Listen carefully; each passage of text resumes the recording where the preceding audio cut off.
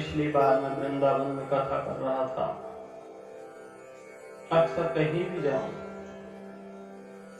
तो ज्यादातर प्रेमियों का एक ही सवाल होता है कि महाराज जी, जीवन में सुख शांति नहीं है। सुख शांति तो परमात्मा ने आपको बहुत दी है, लेकिन नरक बनाने के भागीदार आप स्वयं हैं। आप दुखी क्यों हैं? दुख का कारण जलेश, ईर्ष्या। आपके पास परमात्मा ने सब कुछ दिया। अगर आपके पास 2 हाथ, पैर, मुंह, नाक, कान, संपूर्ण शरीर है तो इस संसार के सबसे धनी व्यक्ति आप ही हैं।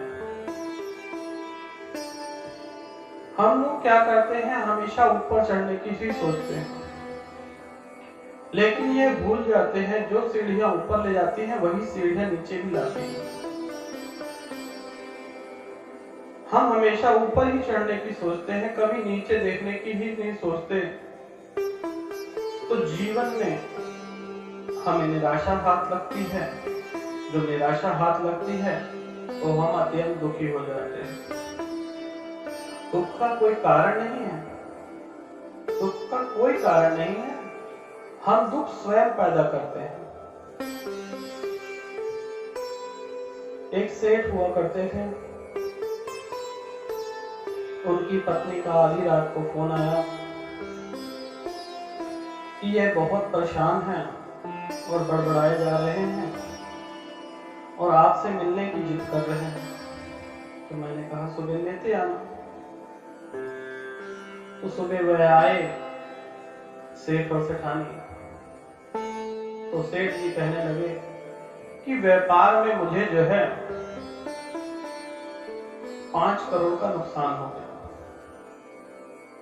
सेठानी कहने लगी कि नहीं, ये झूठ बोल रहे हैं, मैं रात से ही इन्हें समझा रही हूं, लेकिन ये समझने को तैयार नहीं। तो मैंने पूछा कि प्रॉब्लम क्या है, बताओगे तो सेठानी कहने लगी कि इनका अनुमान था कि 10 करोड़ का प्रॉफिट होगा। इनका अनुमान था कि 10 करोड़ का प्रॉफिट होगा, लेकिन इन्हें 5 करोड़ का प्रॉफिट हुआ और ये कह रहे हैं मुझे 5 लाख का नुकसान हुआ। तो दुख आपने डबल कर लिया। आपको संतुष्टि तो हो ही नहीं सकती। अगर ऐसा देखा जाए तो हो सकता है कि आप 100 करोड़ के, सोच के लिए कोई लिमिट तो है नहीं, आपको सोचने से कोई मना भी नहीं कर सकता। आप अनुमान लगा लीजिए कि मुझे 100 करोड़ का प्रॉफिट होने वाला है और मान लीजिए 50 करोड़ का प्रॉफिट होता है, तो आप कहेंगे मुझे 50 करोड़ का नुकसान हुआ। जबकि आप फायदे को नहीं देखते, नुकसान की तरफ ध्यान देते हैं। एक्चुअल में वह नुकसान था ही नहीं जिसे आप दुख का कारण बना लेते हैं। ऐसे ही छोटे छोटे जो कारण हैं वह आपके जीवन में बड़ा रूप लेके दुखी करते। पड़ोसी के घर में गाड़ी आ जाए, रात भर आपको नींद नहीं आती कि कब आप उससे बड़ी गाड़ी लेंगे। पड़ोसी ने कोई बड़ा मकान ले लिया तो आप उसकी राह पे चल लिए। अब पड़ोसी ने वो बड़ी गाड़ी ली, वह आगे हो जाना चाहता है। यह जो भागा दौड़ी का खेल है, आप ध्यान रखिए कि सीढ़ी का एक पांव नीचे होता है। आप हाथ ही देख लीजिए, 5 उंगलियां एक बराबर नहीं है। तो मनुष्य सारे एक बराबर कैसे हो सकते हैं? जितना परमात्मा ने आपको दिया है, अगर उतने में ही खुश रहेंगे तो आपका जीवन स्वर्ग है। अन्यथा ऐसे ही रोते रोते आपका जीवन दुख में नरक भोगी बनके बीत जाएगा। कब आए थे और कब चले जाओगे, इसकी आपको भनक भी न लगेगी।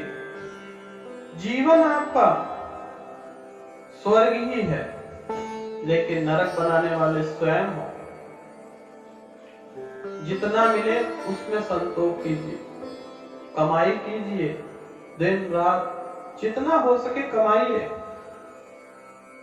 कमाने के पश्चात ध्यान रखिए कि जितना आपको आवश्यकता है उससे अत्यधिक धन कमाएंगे या तो व्यर्थ हो जाएगा या किसी और काम में चला जाएगा। अगर संतों को दान देंगे तो धन में वृद्धि होती है, अगर संतों को दान नहीं देंगे तो धन की सर्वनाश की तरफ बढ़ता है। सर्वनाश कहने का अर्थ है जो धन आपके घर लक्ष्मी बन के आता है, लक्ष्मी का रूप बदल जाता है, जैसे आया था वैसे ही निकल जाता है। तो जीवन में दशवंत निकालें, शुभ कार्य में लगाएं, जो भी आपका मन करे उस कार्य में लगाएं। जीवन आपका स्वर्ग से कम नहीं होगा। नरक तो है ही नहीं, नरक तो बनाया ही नहीं। परमात्मा चाह के भी नरक नहीं बना सकता। यह मनुष्य पर निर्भर करता है कि वह अपने जीवन को किस प्रकार से नरक बनाएगा।